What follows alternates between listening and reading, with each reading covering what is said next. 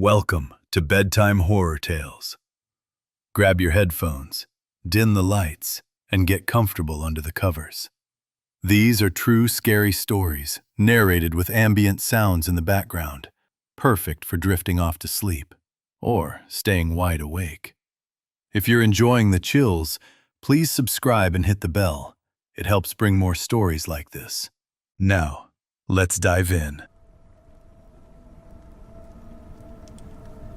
My name is Ryan Hayes, and for the last year, I've been trying to convince myself that what happened to me was just a string of bad luck and clever hacking. But deep down, I know it was one guy. One patient, obsessive guy who decided to make my life his hobby. I'm 34, software developer, live alone in a 2-bedroom condo in Austin, Texas. I work remote for a fintech company.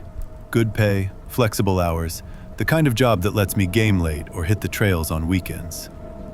I'm not famous online, but I have a decent presence.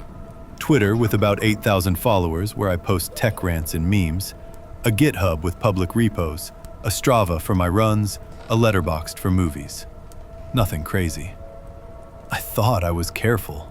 Strong passwords, 2-factor authentication everywhere, no real name on gaming accounts. It started small, back in February. I woke up one morning to an email from Twitter. Your password has been changed. I hadn't changed it. I clicked the reset link, logged back in, turned on 2-factor authentication again, it had been disabled, and changed the password to something new and random. 20 characters, numbers, symbols. 2 days later, same thing. Password changed. This time from an IP in Romania. I locked it down harder. New password. Enabled login alerts. Started using a password manager. A week of peace. Then my Spotify started playing weird playlists at 3 a.m. True crime podcasts, songs about stalking, stuff like Every Breath You Take. I'd wake up to it blasting from my living room speaker. The activity log showed playback from a device labeled Ryan's Phone 2, a device I'd never added. I removed all sessions, changed password again. That same night, a DM on Twitter from an account with no picture, username @echo_Ryan512. Nice choice on the new password. Uppercase, lowercase, numbers, special chars, very secure. But you reused part of it from your old banking app, didn't you? I stared at the screen. The password I'd just set had a phrase I'd used years ago in a different account, one I'd thought was dead. I blocked the account, reported it. The next morning, my bank app notified me of a failed login attempt from Venezuela. I froze. Called the bank, froze the account, opened a new one at a different bank. My friends thought I was being paranoid. Just a script kiddie brute-forcing common passwords, my buddy Jake said. Change everything and it'll stop. But it didn't stop. March. My Strava account started showing runs I hadn't done. Short ones, 2 to 3 miles, around neighborhoods near my condo. The titles, checking the usual route. He took the long way today. I hadn't run in weeks because of a twisted ankle. I deleted the activities, made the account private, stopped syncing my watch. Then my Nest thermostat started adjusting itself. I'd come home to 85 degrees in winter or wake up freezing at 60. The app log showed manual changes from home when I was at work. I factory reset it, bought a dumb thermostat. April. I got an email from my electric company. Bill paid in full. $0 balance. I hadn't paid it early. Someone had logged in and paid $400 from a prepaid card. Same week, my Amazon account ordered things I didn't want. A GPS tracker, a Ring camera, binoculars, a book called The Gift of Fear. All shipped to a P.O. box in my zip code. Amazon canceled the orders, refunded, locked the account. I started using incognito for everything. New browser profiles. VPN. May. My work Slack started showing me as typing when I wasn't. Messages I didn't send appeared in channels. Anyone up for drinks after the stand-up? Or, that bug in payments is killing me. My boss pulled me aside. Ryan, you okay? You've been a bit off lately. I showed him the logs. IT got involved. They found nothing on my machine. No malware, no keylogger. They gave me a new laptop anyway. June. I was on a first date. Girl named Lauren from Hinge. We met at a bar downtown. Halfway through, my phone buzzed with a text from an unknown number. She's cute. Laughs at all your jokes. Order the IPA on tap. It's better than the bottled one you usually get.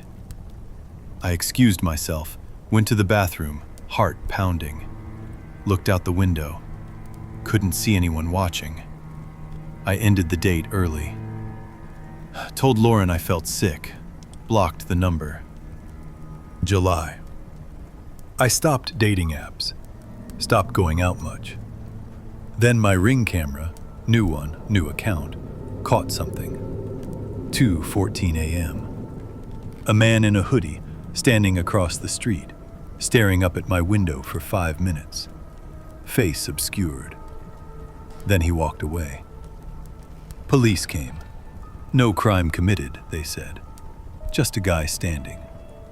But the timestamp matched a login attempt on my old Twitter from a coffee shop Wi-Fi 2 miles away. August. I moved. New condo, different suburb. Unlisted address. New phone number. Told no one except work and family. For 2 months, nothing. I started to breathe again. Went back to running. Posted a cautious tweet about a new project. September. A new follower on Twitter. @newstart_Ryan787. No posts. Profile pic. My condo building from Google Street View. I blocked it. That night, my new Nest, I'd caved and bought another, turned the heat to 90. Process log. Changed from away to home. I was home. Alone. October. My new bank account got a deposit. $50 from friend. Memo. Coffee fund. Same day, my Venmo showed a request for $50 from a random account. For the coffee you owe me. I closed both accounts. November. I hired a private investigator. Ex-cop, specialized in cyberstalking. He found patterns. The IP addresses all routed through public Wi-Fi. Libraries, coffee shops, parks near my old places. The usernames always had numbers related to me. 512, old area code. 787, new one. The prepaid cards used for payments were bought with cash at stores I'd shopped at. But no face, no name. The PI suggested a trap. Post something fake, see if he bites. I posted on Twitter. Heading to Houston for the weekend. First time at the Manil collection. I didn't go anywhere. That Saturday, the PI staked out my condo. Caught a guy in a gray sedan parked down the street for hours. Got the plate. Cursed to a rental under a fake name. But the guy was gone by the time police arrived. December. Last week. I got an email from an address that was my exact full name at proton.me. Subject: we should talk. Body: Ryan, you've been smart. New place, new routines, no posts about runs or dates. But you still order Thai from the same app every Friday. Pad Ki Mao, extra spicy, no peanuts. I don't want to hurt you. I just want you to know you're not as invisible as you think. Merry Christmas. your shadow. Attached, a photo of my takeout bag on my doorstep, taken 30 minutes earlier. Police are involved again.